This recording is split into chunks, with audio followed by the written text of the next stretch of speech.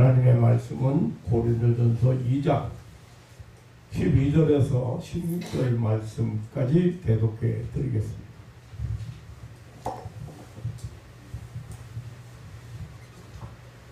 우리가 세상의 영을 받지 아니하고 오직 하나님께로 온 영을 받았으니 이는 우리로 하여금 하나님께서 우리에게 은혜로 주신 것들을 알게 하려 하십니다. 우리가 이것을 말하거니와 사람의 지혜로 가르친 말로 아니하고 오직 성령에 가르치신 것으로 하니 신령한 일은 신령한 것으로 분별하느니라. 육에 속한 사람은 하나님의 성령의 일을 받지 아니하나니 저에게는 미련하게 보이며 또 깨닫지도 못하나니 이런 일은 영적으로 내야 분별함이니라. 신령한 자는 모든 것을 판단하나 자기는 아무에게도 판단을 받지 아니하느니라. 누가 주의 마음을 알아서 주를 가르치겠느냐. 그러나 우리가 그리스도의 마음을 가졌느니라. 아멘. 마지막 절 말씀까지 16절 말씀까지 대독해 드렸습니다.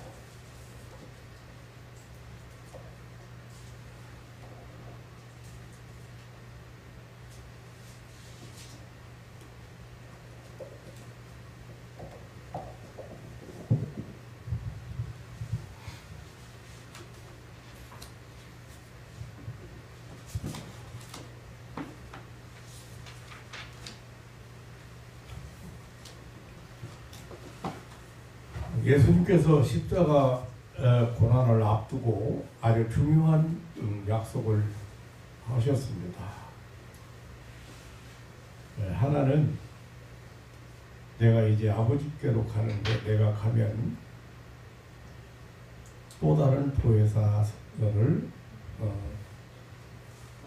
보내신다고, 그래서 너희와 영원히 함께 있을 것이라고 이렇게 약속을 하셨고요. 또 하나는 다시 오겠다고 약속하셨습니다. 그래서 너희도 나 있는 곳에 있게 하리라. 예수님이 이제 재림하시는, 예수님의 초림은 인류를 구원하기 위해서 구세주로 오셨지만 예수님이 다시 오실 때는 심판으로 오신다는 약속을 하셨습니다. 그런데 우리 성도들이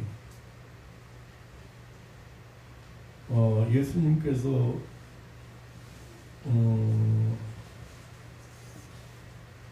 보혜사 성령을 너희에게 보내서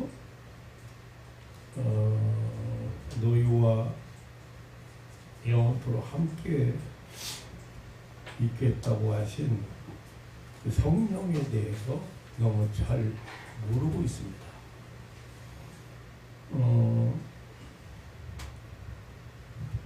성령은 하나님의 영이고 하나님이 보내신 영입니다. 네.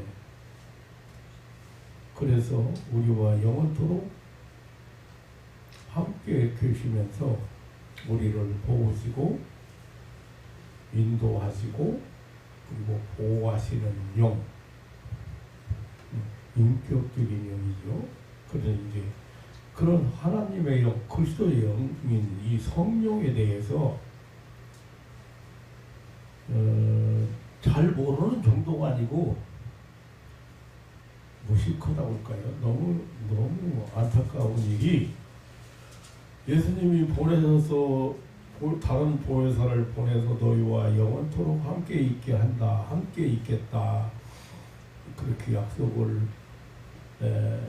하셨는데 어떻게 함께 있는지, 우리를 어떻게 보호하시는지, 어떻게 깨닫게 하시는지, 어떻게 인도하시는지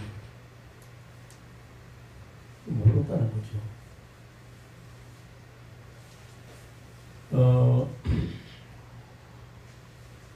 그래서 좀 터무니없는 성령을 받기 위해서 터무니없는 행동을 한다거나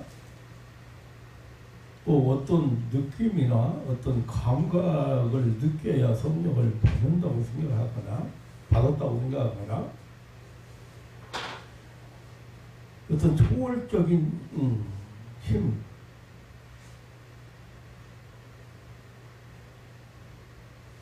그런 것을 체험해야만이 성령을 받았다든지 그게 성령이라고 생각을 합니다. 이런 것들이 혹시 성령의 역사라든지 성령의 능력일 수는 있습니다만은 성령은 아닙니다. 오늘 본문을 통해서 성령에 대해서 여러분들이 많이 깨달았고 이해가 되었으면 합니다. 오늘 12절 말씀을 한번 다시 보면은요. 우리가 세상의 영을 받지 아니하고 오직 하나님께로 온 영을 받았으니 우리 성도는 하나님께로 온 영을 받았다. 성령을 받았다 그 말이죠.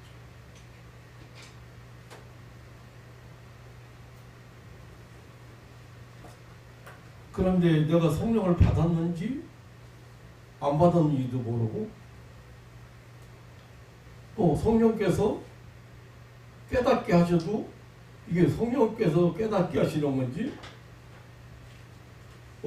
인도하셔도 이거 성령께서 인도하시는지 경건 훈련이 안 되어 있으니까 모른다는 거예요.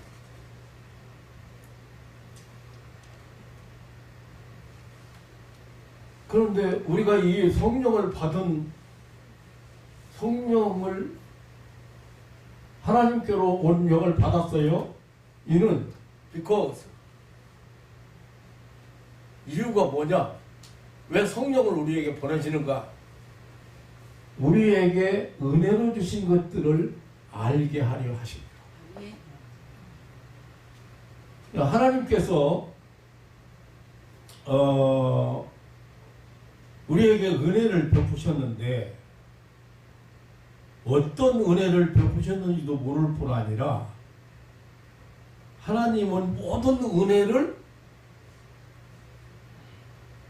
모든 것을 다 은혜로 주시는 분이다. 선물로 주신다. 거저 주신다 그 말이에요. 어떠한 조건이나 자격이나 특별한 어떤 이유가 있는 것이 아니라 은혜로 주신다. 그것을 깨닫게 하려 합니다.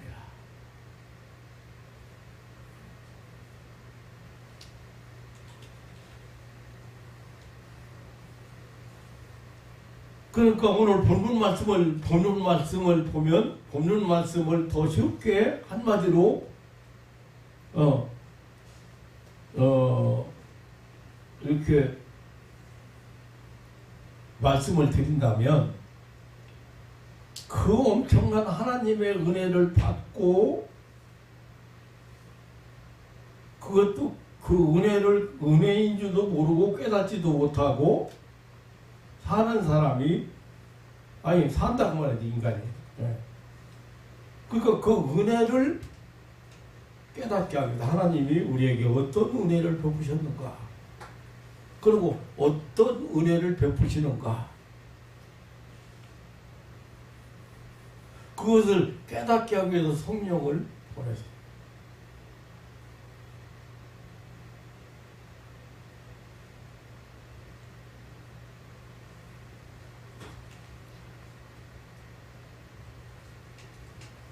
하나님은 모든 것을 은혜로 주시죠. 다시 말하면 값없이 선물로 주시는 거예요. 그런데 정말로 이 성령을 받아야 하나님의 그 크신 사랑과 은혜를 깨닫게 되고 모든 것을 은혜로 주신 사실을 알게 되고 지금도 모든 것을 은혜로 주시는 사실을 알게 된다. 로마서 8장 32절에 자기 아들을 아끼지 아니하시고 모든 사람을 위하여 내주시니가 어찌 그 아들과 함께 이 모든 것을 너에게 은사로 주시지 않겠느냐. 모든 것을 선물로 다 주신다. 그것을 깨닫게 하기 위해서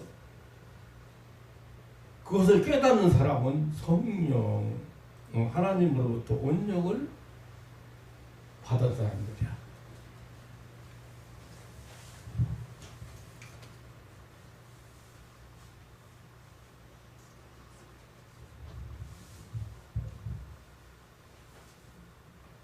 하나님은 성령을 보내서 하나님께서 은혜로 주신 것들을 알게 하시고 또 지금도 모든 것을 은혜로 주신다는 사실을 알게 하시는 것입니다. 자, 하나님의 피조물 가운데 우리는 보이는 세계와 보이지 않는 세계, 또 자연계와 인간 세계, 물질 세계와 영적 세계, 육적인 세계와 영적인 세계. 그런데 우리는 보이는 세계, 물질적인 세계, 육적인 세계는 어느 정도 이해를 하는데 보이지 않는 세계에 대해서는, 볼 수 없는 세계에 대해서는 이해할 수도 없고 알 수가 없어요. 근데 성령께서 그걸 깨닫게 하시냐, 그걸 알게 하신다.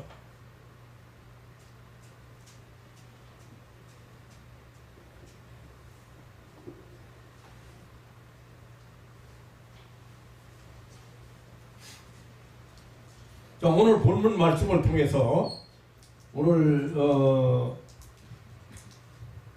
고린도전서 2장 12절에서 16절 마지막 절까지 말씀을 통해서 우리가 깨달을 수 있는 건, 첫째, 우리 성도는 하나님께로서 온 영을 받은 사람들이다. 오늘 여기서 말하는 세상의 영이라고 하는 것은 마귀의 영을 말합니다.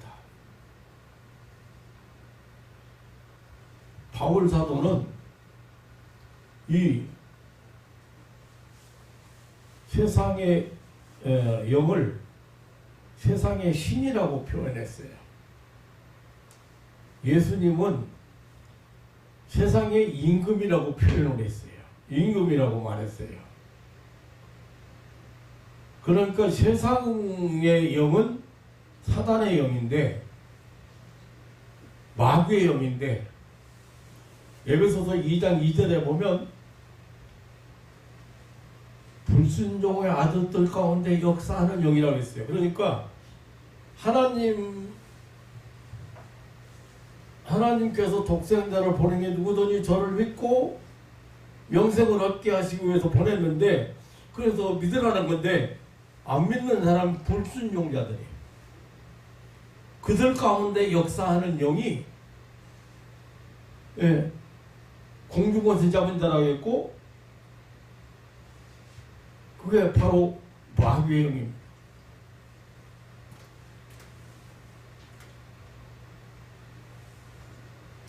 그러니까 마귀의 영을 받게 되면은 마귀의 지배 아래 살게 되는 것이죠. 마귀의 하수꾼 노릇, 마귀의 그 종이 되는 거예요. 성경에는 세상의 영, 다시 말하면 마귀 사탄의 영, 그 마귀의 속성에 대해서, 마귀의 그 활동에 대해서 굉장히 많이 이야기하고 있습니다. 요한복음 8장 44절에 보면 예수님께서 마귀는 거짓말쟁이라고, 거짓말쟁이요 거짓의 아비라고 했어요. 사실을 왜곡하고 진실을 오도하고 진리를 부정하고 진실을 퇴색시키는 일을 하는 놈이 마귀. 거짓말을 참말처럼 꾸며대. 거짓말은 마귀의 영이 사주하는 것입니다.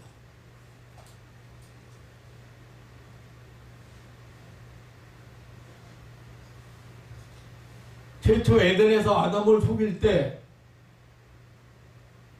그건 거짓말로 속였거든요. 창세기 3장 1절에 보면 하나님이 참으로 하나님이 정말로 하나님이 참말로 너희대로 동산 모든 나무의 실과를 먹지 말라 하더냐. 그게 질문이에요. 그런데 그 질문 그렇게 한 걸 보면은 여러분 잘 보세요. 아담과 하와가 하나님 말씀을 확실히 알았으면은 안 속아요. 정확하게 알았으면 안 속아요. 그런데 정확하게 모르고 있었다는 거예요.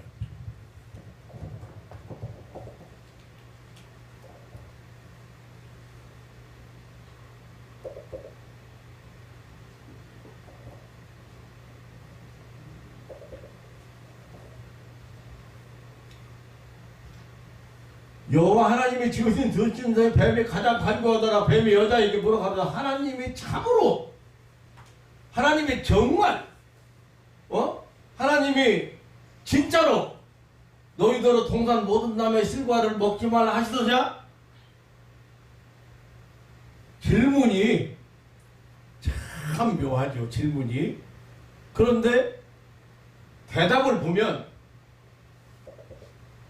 여자가 뱀에게 말하되 동산나무의 실과를 우리가 먹을 수 있으나, 잘 보세요. 동산 중앙에 있는 나무의 실과는 하나님의 말씀에 너희는 먹지도 말고 만지지도 말라 너희가 죽을까 하노라 이렇게 대답을 했어요.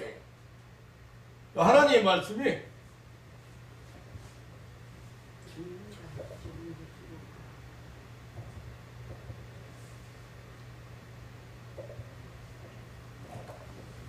얼마나 지금 대답하고 틀린가 한번 봐요.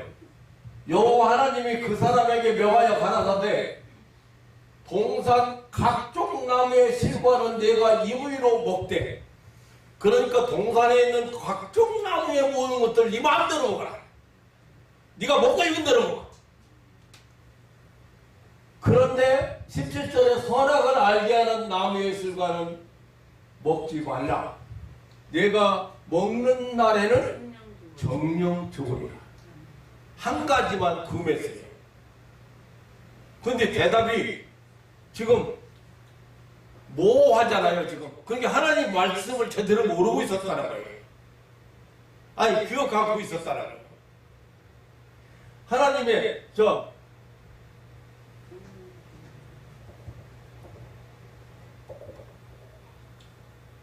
동산나무의 실과는 네 마음대로 먹어라. 그런데 선악을 알게 하는 나무 중앙에 있는 그 동산 중앙에 있는 그 나무 선악을 알게 하는 실과는 먹지 말라. 내가 먹는 날에는 정령 죽는다. 반드시 죽는다. 절대로 죽는다. 그런데 한번 대답을 봐요.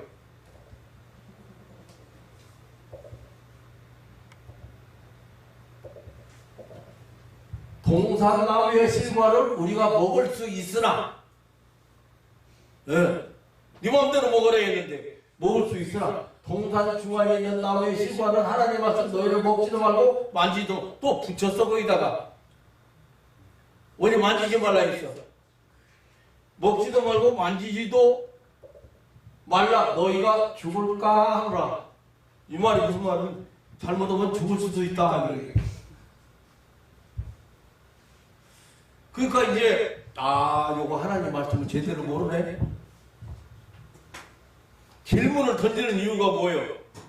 의문을 갖다 주는 이유가 하나님 말씀을 확실하게 알고 있는가? 그러니까 확인이 됐잖아요. 그러니까 이제 속인 거예요. 그러니까 이제 만약에 왜 하나님이 다 먹으라고 그 동산 중앙에 너희가 돈 먹을 수 있는데 그거만 못 먹게 했겠냐? 그거 먹는 날에는 너희 눈이 밝아져서 하나님같이 똑같이 될까 봐 그런 거야. 거짓말.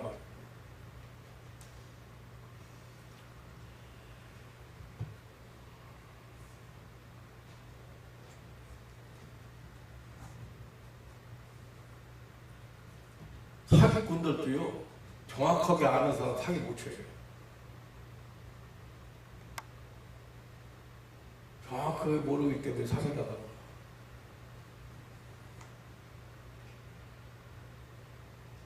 그리고 마귀는 거짓말만 하는 게 아니라 정말 간교하는 그 간교성에 아담도 하와도 넘어졌어요. 간교한 마귀는 오늘도 그럴듯하다. 논리와 이론을 전개시켜 많은 사람을 넘어뜨리고 있습니다. 항상 마귀는 논리적이고 이론적이고 합리적이고 사람이 속을 만큼 넘어갈 만큼 합리적이에요. 논리적이에요. 그러니까요, 이렇게 저 환자 이렇게 오잖아요. 근데 환자가 이렇게 예를 들어서 기도받으면 납니다. 기도받으면 납니다. 기도받으면 눈도 밝아집니다. 뭐 안경 벗을 수 있습니다. 이렇게 벗을 수 있다. 이렇게 가르칩니다. 목사님 그러면 병원 필요 없겠네요? 그럼 목사님 그러면 약도 필요 없고 의사도 필요 없겠네요? 그 대답을 들어보면 지금 마귀가 어떤 생각을 갖다 줬나를 금방 알 수 있어요. 논리적이죠. 그럼 목사님은 왜 안경 썼어요? 목사님도 기도하고 안경은 안 쓰면 될걸? 논리적이야, 합리적이야.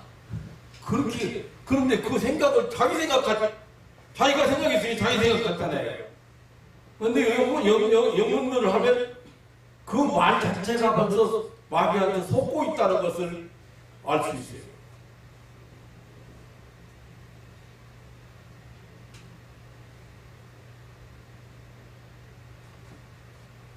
간교하다. 아주 그럴듯하다. 아주 논리적이라고. 야, 한번 생각해봐라. 뭐 동산나무에 있는 수고 다 먹으라 했는데 그거만 못 먹게 했겠냐? 그거 먹으면 하나님과 똑같이 되기 때문에 내 눈이 밝아져서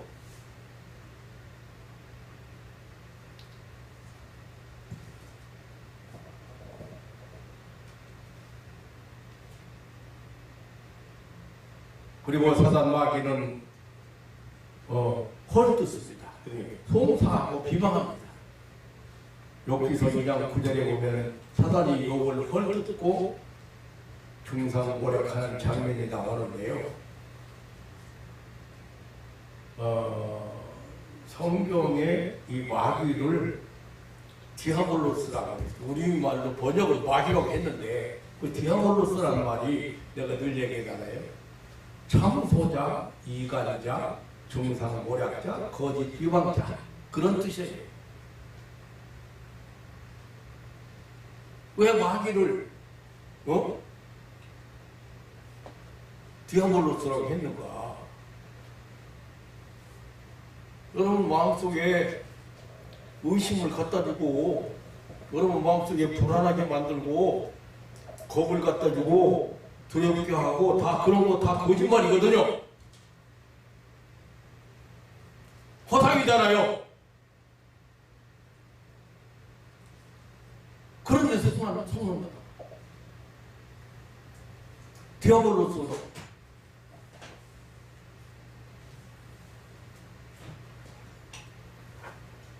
마귀는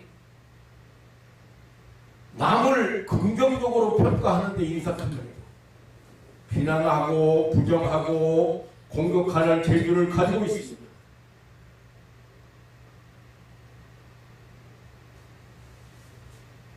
그러니까 마귀에게 마귀의 영을 받은 사람도 마찬가지예요.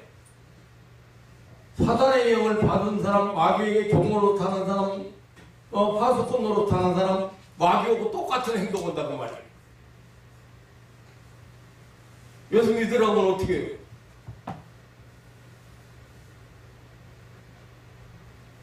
뭐 예수 믿는 사람 보니까 예수 믿는 사람 보니까 10년 예수 믿어도 변화도 없대요. 차라리 예수 안 믿는 게 낫다는 거예요.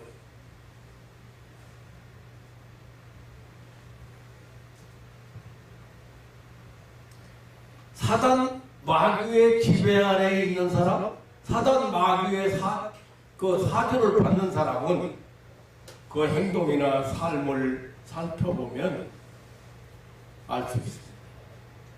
자기 편 만들고, 다시 말하면 당을 짓고, 남이 잘 되는 것 꼴 못 보고, 남이 칭찬받고 좋아하고 서로 친하게 지내는 것도 보기 싫어하고, 심지어는 아들하고 며느리가 살아가고 그렇게 좋아하는 꼴도 못 보는 시어머니가 있어요. 비난하고 비방하고 시기하고 질투하고 그 마귀의 사주를 받는 사람들이에요. 세상의 영을 받는 사람들이라고 말해요.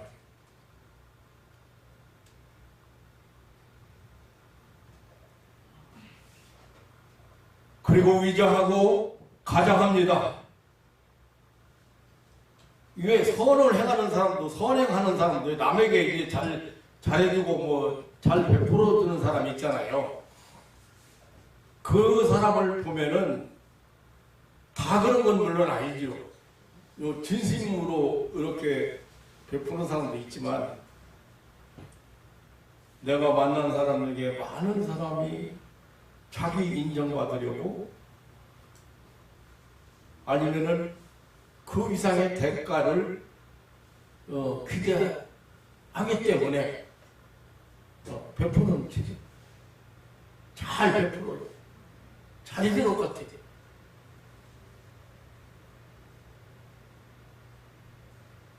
그런 사람들이 자기가 오는 대가가 없다든지 나는 이렇게 잘하든지 너는 하나도 내게 돌아오는 게 없으면은 삐치거나 비난하죠.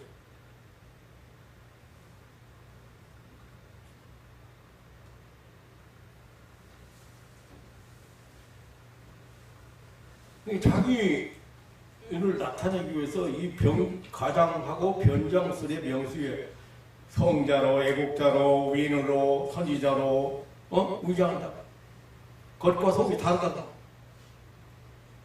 양의 탈을 쓴 일이라. 성경에 고린도전서 8장입니까? 보면 광명의 천사로 가장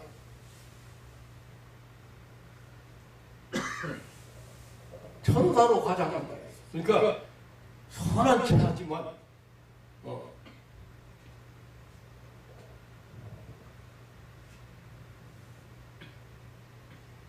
그리고 그만합니다. 본래 천사였던 마귀는 하나님과 같이 되려는 교만으로 하나님을 대적해서 대적자 마귀가 되었습니다. 아담을 시험할 때도 하나님과 똑같이 될 수 있다고 속였습니다. 하나님의 자리를 넘보게 했다고 그래요. 자기도 하나님 자리를 넘보려다가 쫓겨났는데 선악과를 따먹으면 눈이 밝아져서 하나님과 같이 된다고 꼬여요. 범죄를 유발합니다. 마귀의 영이 있는 곳에는 온갖 사건과 범죄가 끊임없이 일어나는 살인, 폭력, 마약, 뇌지 운동, 성폭력, 강도, 유괴, 절도 등 이 범죄 사건들은 마귀의 영이 역사하기 때문에 일어나는 거지. 아니 감옥살이 몇십 년 후고 나가가지고 며칠 안 됐는데 사고 또 치는 거야. 또 성폭력에 또 도둑질했다. 그 마귀 영에게 사주받고 있는 거예요. 마귀 영을 받은 사람. 여러분 그 대도 누굽니까? 조세웅인가? 그 사람은 여러분 이해가 안 가잖아요. 막 회개하고 하나님 앞에 돌아왔다 해가지고 결혼도 사장하고 여자 사장하고 결혼도 하고 아들도 낳고 그랬는데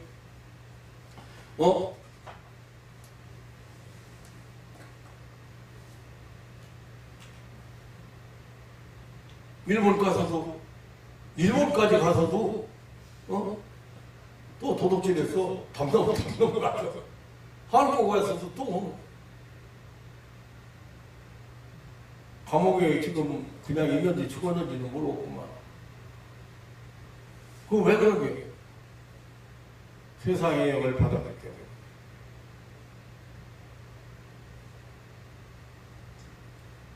그 음악 교회 온 교회가 전국 교회가 수만 교회가 예약해가지고 간증 드리려고 예약해가지고 5년이 밀렸대. 그냥 입담이 그렇게 좋까. 아이고 참네. 감옥살 연사나 같잖아요. 얘기했는데 보니까. 근데 일본까지 가서 도둑질해가지고 일본에서 난리 쳤는데 또 한국에 와가지고 또 한국에 또 담론봤어. 또 걸려 들어갔어. 또.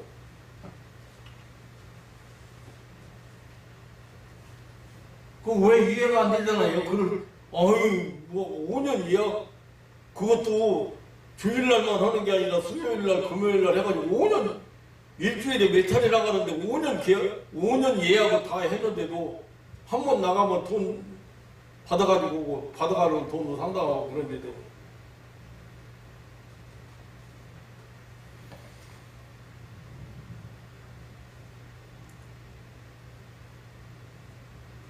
그런 사람이 너무 많지요. 그게 바로 자기 의지 가지고 안 되는 거예요. 마귀의 사주를 받아서 활동하기 때문에.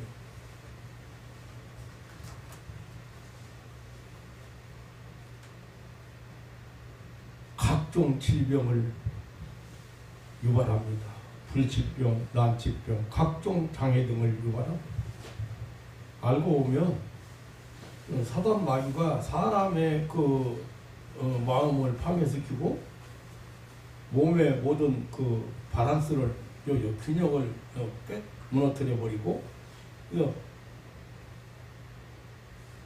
갖가지 그런 병을 유발시키죠. 그러니까 몸의 바란스를 마음을 파괴시키고 몸의 바란스 그 균형이 깨지면요 세균이나 병균이나 못 이겨내요. 그러니까 병들죠. 장애를 일으키죠. 그래서 예수님께서 병자를 치료하는 현장에 가보면 귀신을 많이 쫓아내셨고 제자들에게도 앓는 자를 고치고 모든 귀신을 쫓아내라고 했습니다. 이게 열병 환자 누가 귀신병자라 해요? 관절염 환자, 간질 환자, 모든 앓는 자, 각색병자, 금옥고 벙어리 된 자, 모두 다 보면 귀신 쫓아냈어요.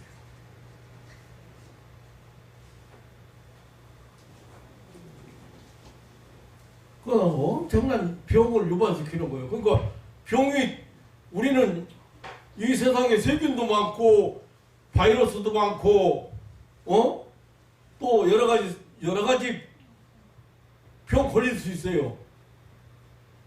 그런데 왜 안 나서요? 이길 수 없도록 만든다고 봐.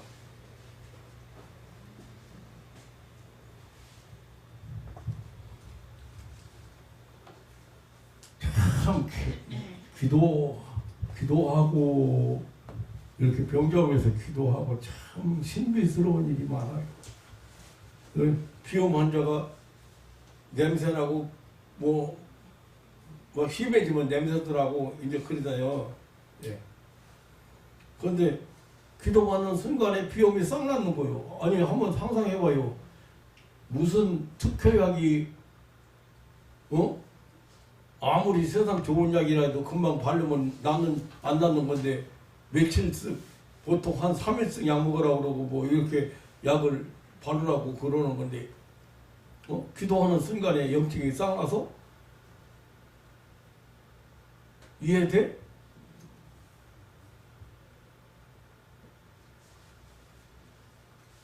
암덩어리가 사라져?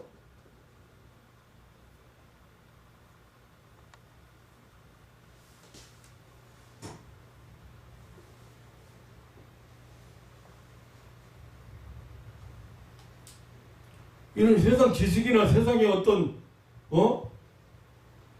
과학이나 의학으로 세상의 어떤 철학이 이해할 수 있는 세계가 아니에요. 이 세계는.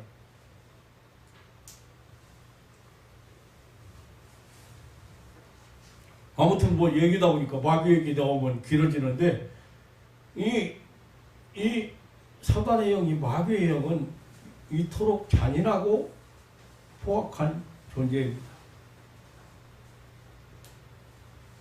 그래서 이 세상의 영, 마귀 사탄의 영을 받은 사람들은 결국 패망하는 거예요.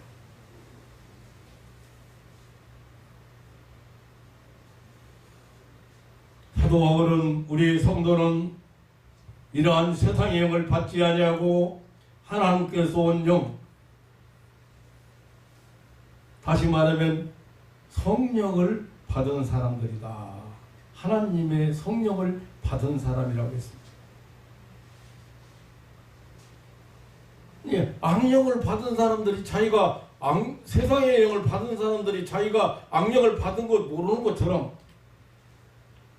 성도들도 성령을 받은 사실을 잘 모르고 살고 있다고 말이에요.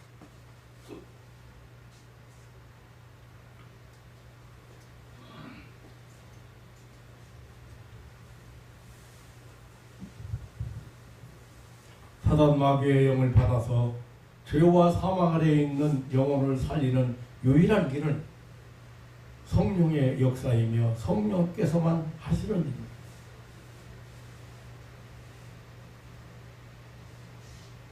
그리고 마귀의 영을 추방하는 길은 성령에 의해서만 할 수 있는 것입니다. 어떤 수양이나 요가나 무슨 의학으로 추방할 수 없습니다.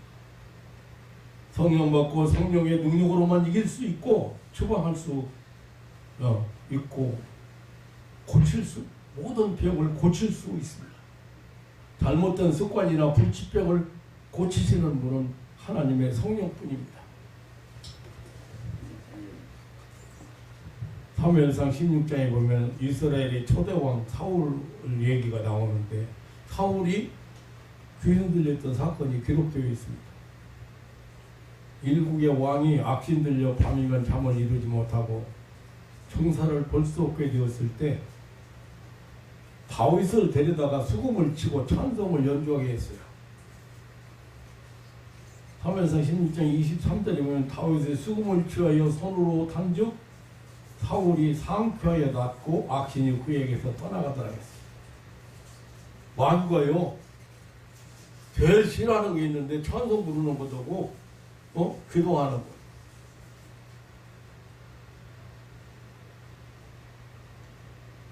그래서 성도들이 찬송 부르는 거, 기도하는 거 못하게 만들어.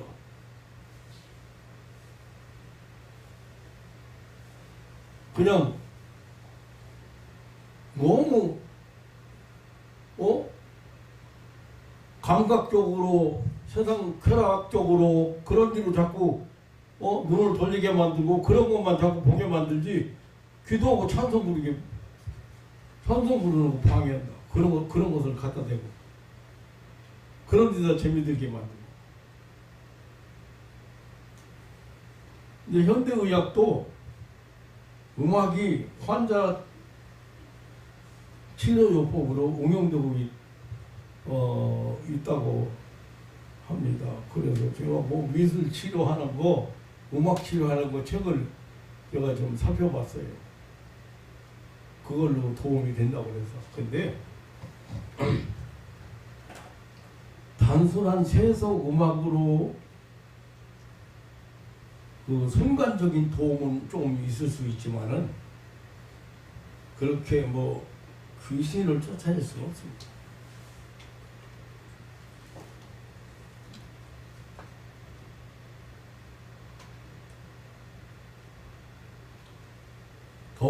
더욱이 귀신을 자극하고 불러들이는 무당음악이나 락음악은 귀신을 흥분시키기 때문에 더 날뛰고 더 달라붙게 만드는 역할을 한다고 봐요. 사무엘상 16장 13절을 보면 다윗이 여호와의 신에게 감동된 사람이었습니다. 다시 말하면 성령 받은 사람이었던 것입니다. 그가 받은 성령의 능력으로 사울의 악신을 내쫓은 것입니다. 말세에 처한 현대 세계는 악령의 역사가 크게 달하고 있습니다. 성령 충만한 사람들이 있어야 승리합니다. 하나님이 주시는 역을 받은 성도들이 많이 있어야 승리합니다. 요한계시록 12장 12절에 보면 땅과 바다는 화했을진저 이는 마귀가 자기의 때가 얼마 못된 줄을 알고 크게 분내어 저에게로 내려갔습니다. 그러니까 사단 마귀가 말세에 땅으로 쫓겨났다고 말이야. 내려갔다고 말이야. 공중권세 잡은 자가 원래 에베소서 2장 2절에 보면 공중권세 잡은 자가 있잖아요. 근데 계시록 12장 9절에 보면 하늘의 전쟁에서 미가엘과 큰 용이 내어 쫓기니 옛뱀 곧 마귀라고도 하고 사단이라고도 하는 온 천하를 꿰는 자라 땅으로 내어 쫓기니 그의 사자들도 내어 쫓기니라. 땅으로 쫓겨 내려와 가지고 지금 발악하고 있다는 거예요.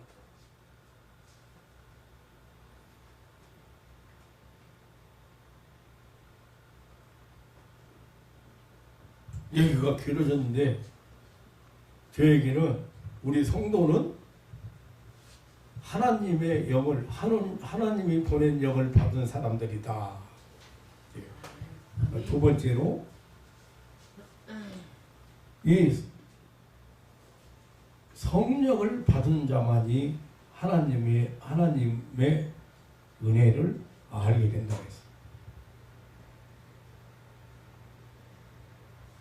하나님의 은혜를 한마디로 보면 구원이지요. 근데 그 구원이 뭐예요?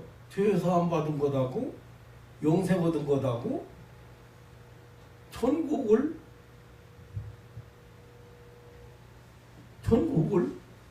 어떻게 했어요? 천국을 상속받는 사람들이 말하자면 그게 구원이요. 그 구원 받은 거요.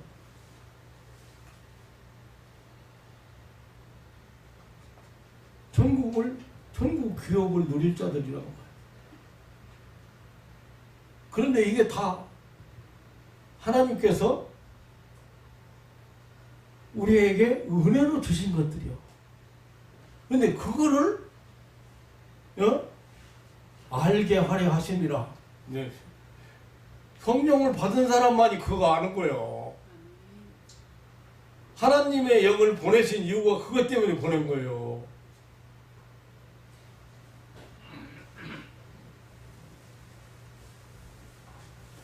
성령의 역사 가지고는 절대 믿지 않아. 믿을 수가 없어.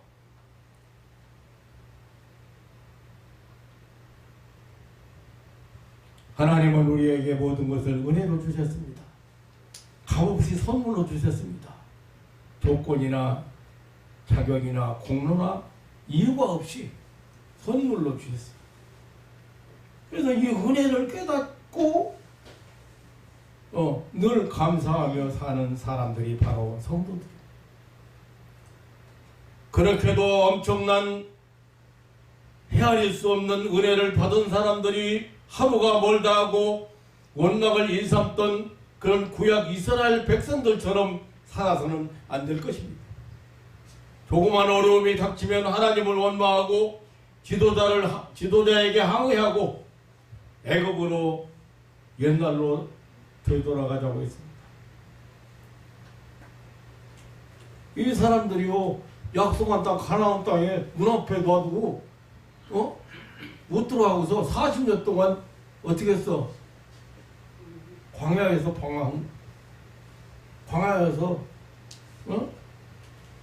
거예요.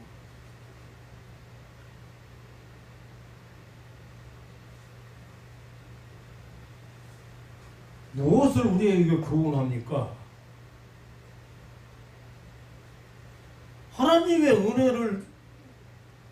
하나님은 은혜로 선물로 우리에게 다 주셨는데 그걸 믿음으로 안 받아들이면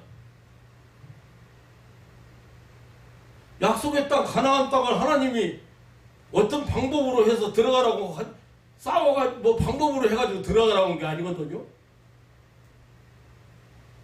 하나님이 다 싸우시고 준비해 놓으시고 다 이끌어 주셨는데도 그렇게 해서 못 들어가고 40년 동안 광야에서 다 쓰러지고 애굽에서 나온 사람들은 다 쓰러지고 그 2세 3세만 들어간 거예요.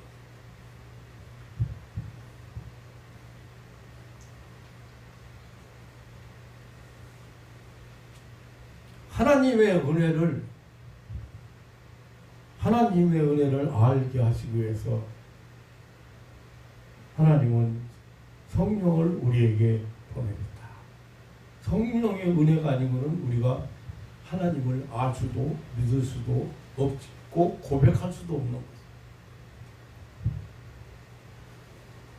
세 번째로는 성령을 받은 자, 하나님으로부터 온 영을 받은 자만이 신령한 것을 분별합니다. 13절에 신령한 일은 신령한 것으로 분별하느니라 했습니다.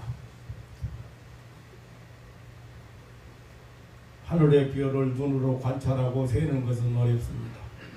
그러나 천체를 보는 망원경이나 첨단 장비로 볼 수 있습니다. 세균이나 병균도 마찬가지고 현미경이나 우리가 절대 눈으로 볼 수 있고 보이지 않는 거지만 현미경이나 첨단 장비 가지고 보는 거죠. 육안으로 내장이나 우장을 들여다볼 수 없습니다. 그러나 내시경으로는 들여다봅니다. 신령한 세계 역시 육신의 눈이나 경험이나 지식으로는 볼 수가 없고 이해할 수가 없습니다. 그러므로 본문의 신령한 일은 신령한 것으로 분별하느니라고 했습니다. 인간의 지식, 인간의 경험으로는 하나님의 섭리를 이해하거나 깨달을 수가 없습니다. 육안으로 영원하시고 영존하시고 신령하신 하나님을 보겠다는 것은 불가능합니다. 신령한 눈으로 하나님이 하시는 일은 신령한 지식으로 분별하는 것입니다.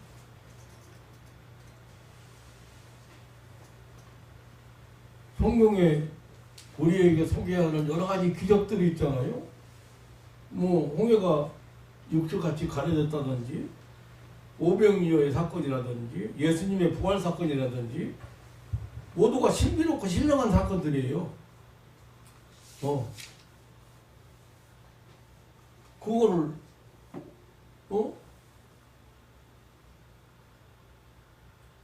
어떻게 우리가 누가 믿어요? 성령으로 하지 않고는 믿을 사람이 없어. 그리고 내가 예수님도 죄사함 받고 구원받은 사실 하나님의 자녀가 되고 천국 백성이 된 이거 얼마나 신비한 일이고 얼마나 신령한 사건입니까? 그런데 이 모든 사건들은 하나님의 성령께서 주시는 이해력과 판단력이 아니면 이해하거나 수용하기 어려운 것들이지요. 주석과 뱅겔은 신령한 일은 신령한 사람들에 의해서 해석된다고 했습니다. 신령한 세계는 신령한 눈으로야 볼 수 있고, 신령한 말씀은 신령한 귀가 열려야 들을 수 있고, 신령한 일은 신령한 것으로야 분별할 수가 있는 것입니다. 인간은 영적 존재입니다. 그렇기 때문에 영적 조건이나 문제가 충족되지 않으면 제 아무리 좋은 환경이나 조건을 가졌다고 하더라도 만족할 수가 없고 문제가 해결되지 않습니다.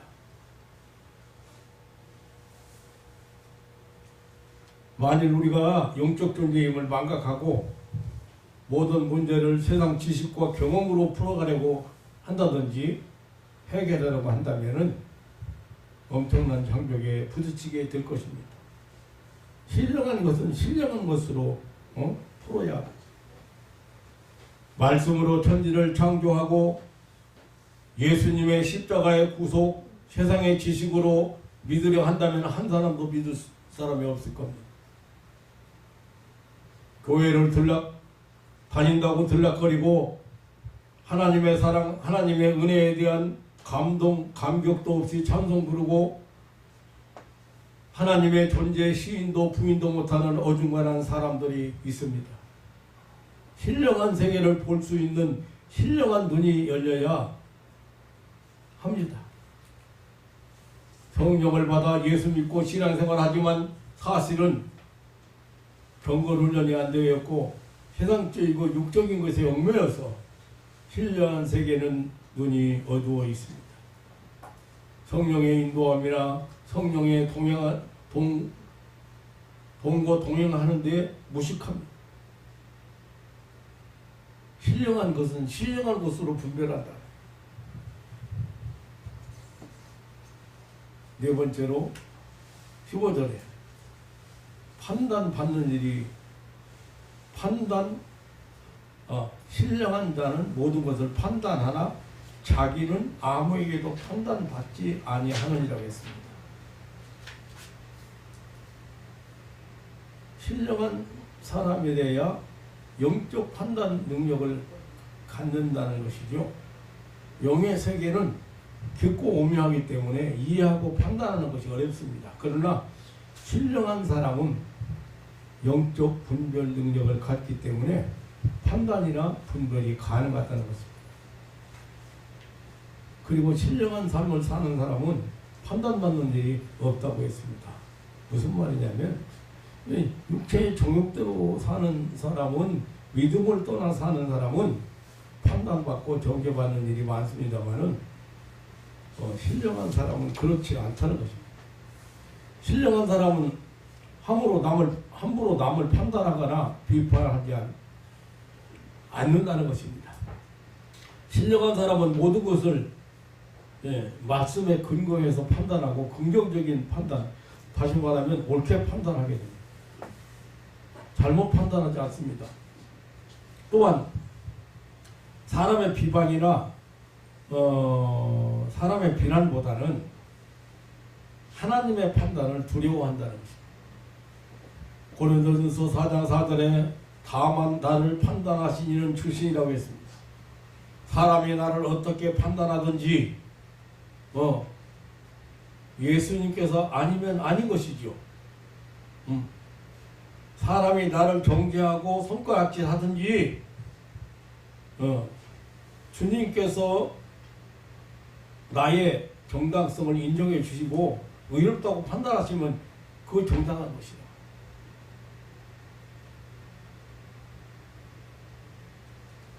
하나님의 영 성령을 받은 사람은 영적 판단력을 갖게, 다시 말하면 신령한 판단력이 생긴다.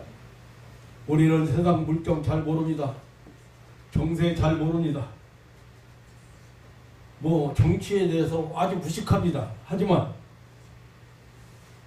하나님 말씀 앞에 묵상하고 기도하노라면 세상 일의 옳고 그름을 판단이 되고 보입니다.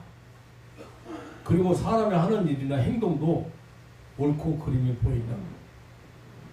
사람의 생각과 마음도 보이게 됩니다.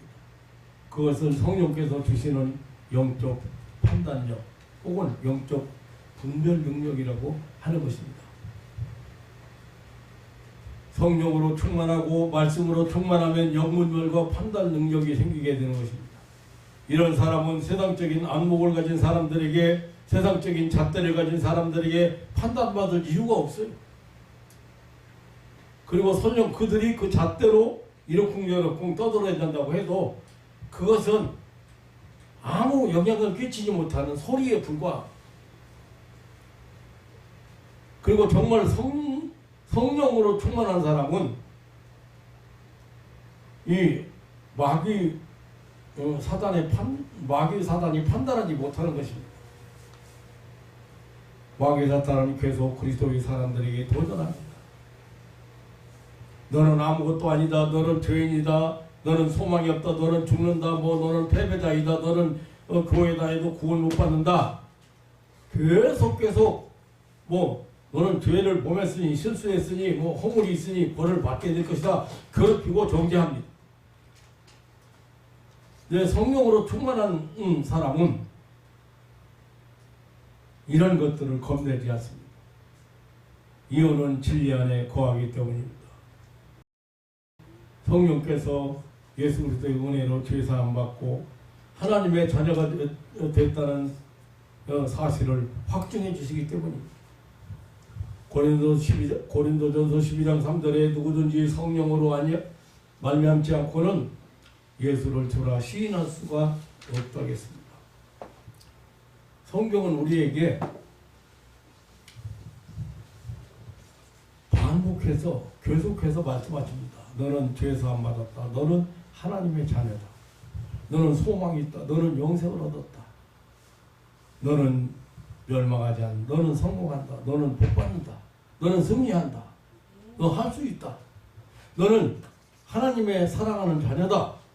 너는 하나님의 후사요. 너는 하나님의 축복 아래 부름받은 택한 백성이다.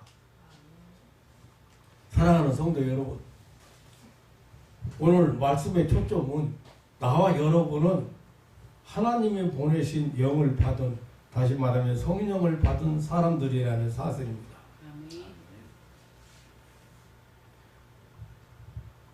우리는 이 성령을 받은 사실에 대해서 너무 확고하지요. 왜냐하면 하나님이 계신 것, 예수 그리스도가 주가 되시는 사실 믿어지잖아요. 예수 그리스도의 십자가 죄사함 받은 사실도 믿고, 또 구원받아 하나님의 자녀가 되었다는 사실 믿는 것도, 영생을 받은 사실을 믿는 것도, 영원한 내서 천국을 살아갈 것을 확신하는 것도, 그리고 매일매일 믿음을 우리가 고백하는 것도 모두가 성령 받았다는 그런 증거입니다. 그 외에 영적 분별력이 생긴 것도, 영적 싸움에서 계속 승리하는 것도 모두 성령 받은 증거입니다. 가장 중요한 문제는 이제 자기를 부인하고 하나님 말씀에 순종할 수 있는 그런 힘을 갖는 것, 성령의 인도함을 깨닫는 것, 성령의 인도함을 따라 사는 것,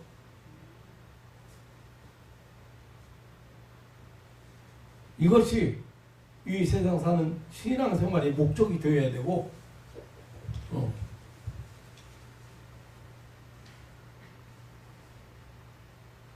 물론 여러 가지를 표현할 수가 있겠죠. 신앙적으로 성장하는 사람, 성장하지 못한 사람. 지금 오늘 우리 태윤이가 이렇게 보니까 걸어다니고 있는데, 오늘 진이 왔나? 그랬더니, 진이가 아니고 태윤이가 잘 걸어다녀. 성장하니까. 그렇지만 우리 성도들이 성장 못하고 믿음 성장이 안 되는 사람이 있어요. 그런 차원에서 보면 성령을 받았지만 믿음이 성장하지 못한 사람들은 성령의 인도함이나 성령의 도우심이나 성령께서 깨닫게 하시는 거 잘 몰라요.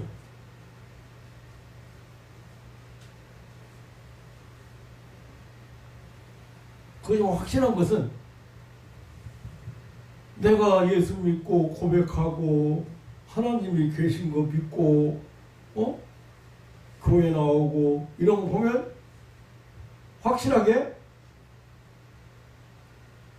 성령을 받았어요, 안 받았어요? 받았어요. 무엇보다 여러분들이 지금 내 설교가 교회에 들어온다는 말씀이 들어온다는 자체가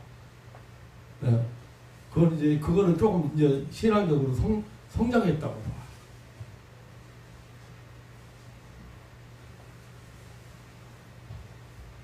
제가 웬만한 사람들 제 설교 안 들어요. 재미도 없고 무슨 말인지 잘 못 알아들어요. 내가 그 사람들 놓고 이런 설교 안 해요. 내 설교는 그 사람들을 기준한 설교가 아니에요. 그 사람들 만나면 만약에 그런 사람들 아파가지고 여기 오면 이런 설교 여러분들에게 하는 설교 안 해요. 아주 초보적인 거.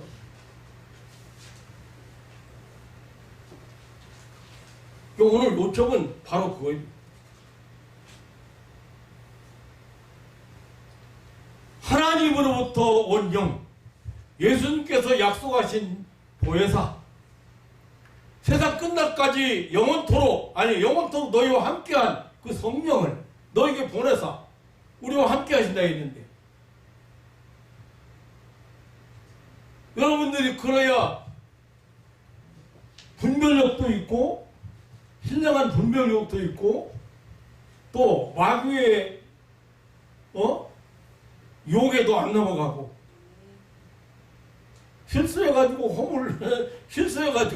잘못 보먹고 죄 보먹고 그것 가지고 죄 보먹게 만들고 그것 가지고 마귀가 얼마나 물고 들어지는데.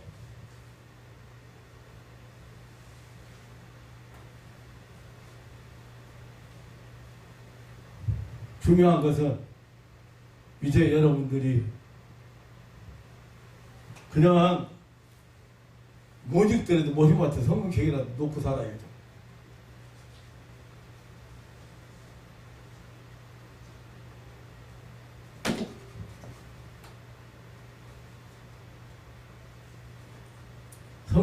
성경책이 영향을 끼치는 게 아니고 좀 한 페이지씩이라도 한 페이지씩 읽어가봐.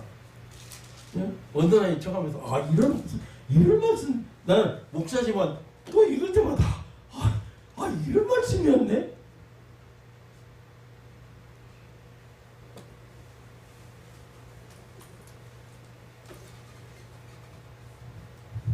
성경 제한이 있지. 찬송만 부르지. 신앙에 성경을 쓰고 있어야지.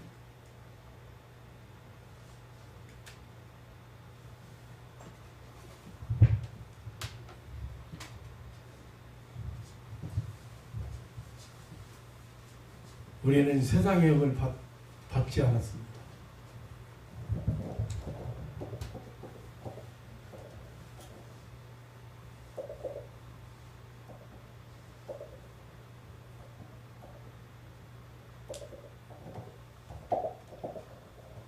우리가 세상의 영을 받지 아니했다. 오로지 하나님께로 온 영을 받았다. 성령을 받아서.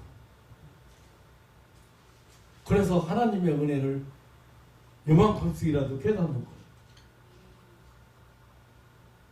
그리고 하나님은 우리에게 무엇을 주든 은혜로 주신다는 것을 깨닫는 거예요. 여러분 공로 때문에? 그건 아니에요. 금년 가을에 시문대로 거두는 법칙이나 이런 거 말씀 안 드리고 지났는데, 우리가 선을 행하고 좋은 일을 하는 것은 씨를 뿌리는 것 같아서 그거 거둬들이는 거예요. 씨를 뿌린 만큼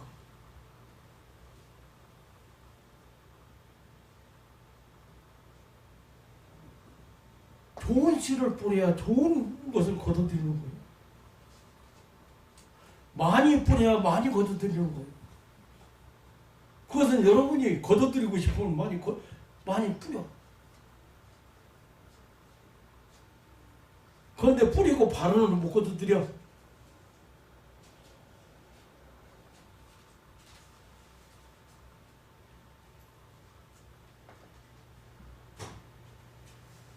저는 목회할 때, 목회 그만둔 데가 25년째거든요. 근데 지금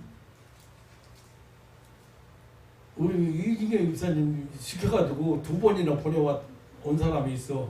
그것도 그냥 뭐 10만원 따리 이런 게 아니고 그냥 2번이나 보내온 사람이 있어요. 그런데 내가 정말 붙들고 기도도 하고 감사했습니다마는 만난 지가 수십 년이 아니고 아마 최소한도 10몇 년 이상 됐을 거예요. 지금 보내오잖아요.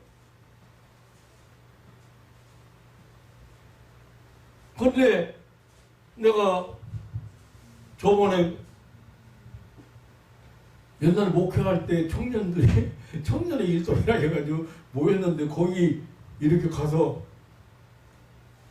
제가 문정도 들어갔는데 수십 명이 이제 40~50명이 딱 쳐다보는데 한 사람 한 사람 다 옛날 그게 떠오르면서 이런 생각, 감격했지만 감격하면서 내가 어떻게 그렇게 열정적으로 저 사람을 위해서 기도했을까? 아무것도 바라보지 않고 아무것도 소원하지 않고 하나님,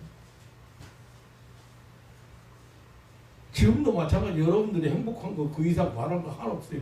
저한테 뭐 선물 가지려고 생각하지 말고 그런 건 아무나 그런 거 너무 행복한 거 보여줘. 웃는 모습 보여줘. 하나님도 마찬가지지만 목사도 마찬가지.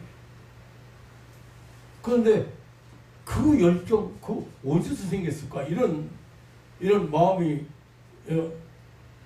내가 내 스스로 돌아봤어요. 그런데 그렇게 열정적으로 하나님의 사랑을 전하려고 그러고 하나님의 은혜를 전하려고 했던 그거 지금 이제 20년이 지난 후에 20년이 훌쩍 지난 후에 인제사 이제 거둬들이잖아요. 그러니까 뿌릴 때는 다 손해보는 거예요. 뿌리니까. 그러나 그것이 싹이 나고 열매를 맺고 익을 때까지는 선행은 뿌린 대로 거두는 하나님의 법칙에 의해서 여러분이 거두는 거예요. 그거 하나님이 그걸 공로로 그거 공로 때문에 우리가 은혜를 선물을 주시는 게 아니에요. 자격 없어서 상관없어요. 조건이 없어요. 그거 알아야 돼요. 그거 알게 하기 위해서 우리에게 성령 보내시고. 근데 자꾸 일반 종교가 그러잖아요. 공덕을 쌓아야 된다는 거지. 공을 들여야 된다. 덕을 쌓아야 된다는 거야. 그러니까 그렇게 해야 거기 보상을 받는다고 생각한 거예요. 일반 종교들이 다 그래요. 그러니까 무슨 짓은 못해요. 별일 다 하잖아. 아이고 참. 어디 보니까 부처 돌로 만들어 놓았는데 그 부처를 사람들이 그거 만지면 거기다가 부처 손을 만지면은 그 소원이 이루어진다고 그러고 코를 만지면 소원이 여가 새카마고 여가 손바닥이 새카매 거기 가서 손 붙잡고 거기 때 묻혀서 생각하면 그 돌이 내가 그걸 쳐다보면서 기맥힌 거예요. 하나님 그렇게 은혜를 베푼다고 안 했어요. 구하라 주신다. 구하기만 해라 주신다. 구하는 이가 얻을 것이요 찾는 이가 찾을 것이요 문을 두드리는 이가 열릴 것이다. 다른 거 없어. 아버지이기 때문에 하물며 하늘에 계신 너의 아버지께서 구하는 자에게 좋은 거 주시지 않겠느냐?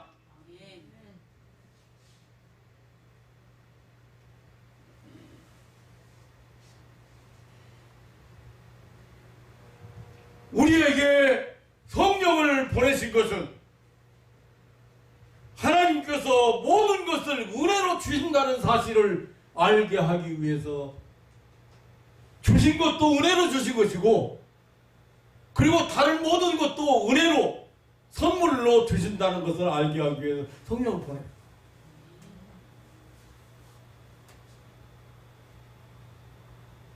그러니까 목사가요 어떤 사람이 기도 아이고 기도 해주면서 그러게 돼. 이런 인간이 그냥 죽어야 싼데 어떻게 하나님께서 이런 인간을 기도를 하고 보내셨을까? 인간이 보기에 죽어야 마땅하지.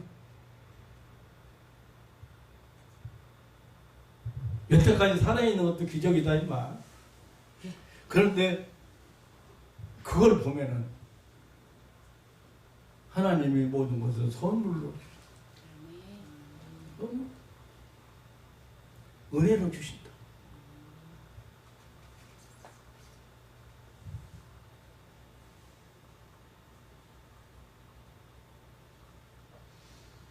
아버지 사랑을 깨닫는 자식, 아버지 은혜를 깨닫는 자식, 아버지가 자식을 키울 때 어떻게 나 늙으면 내가 이렇게 키웠으니까 나한테 보답을 하니? 그래서 너 키워주는 거예요? 그렇게 키워요? 아니잖아요. 아니잖아요. 아들이기 때문에 무조건 사랑하는 거예요. 아들이기 때문에 무조건 은혜를 베풉니다. 사랑하는 성도 여러분, 하나님께서 베푸시는 무조건 주시는 선물을 많이 받아들이는 그 하나님 기뻐하시는 신앙인들 되시기를 주님의 이름으로 축원합니다. 하나님 아버지의 놀라운 사랑과 은혜를 감사합니다. 오늘 이 아침에도 우리는 하나님께로부터 온 영을 받은 자는 세상의 영을 받지 아니하고 하나님께로부터 온 영, 성령을 받은 자라는 바울 사도의 이 확실한 증언을 오늘 함께 생각하면서 은혜를 나누었습니다. 그렇게 성령을 보내신 이유가 하나님이 은혜로 주시는 것을 알게 하고 모든 것을 은혜로 주셨다는 것을 알게 하기 위해서. 하나님 아버지, 지금도 우리 하나님은 모든 것을 선물로 주십니다. 그 아들을 아낌없이 주시니가 이 모든 것을 너희에게 선물로 주시지 않겠느냐? 은사로 주시지 않겠느냐? 확실하게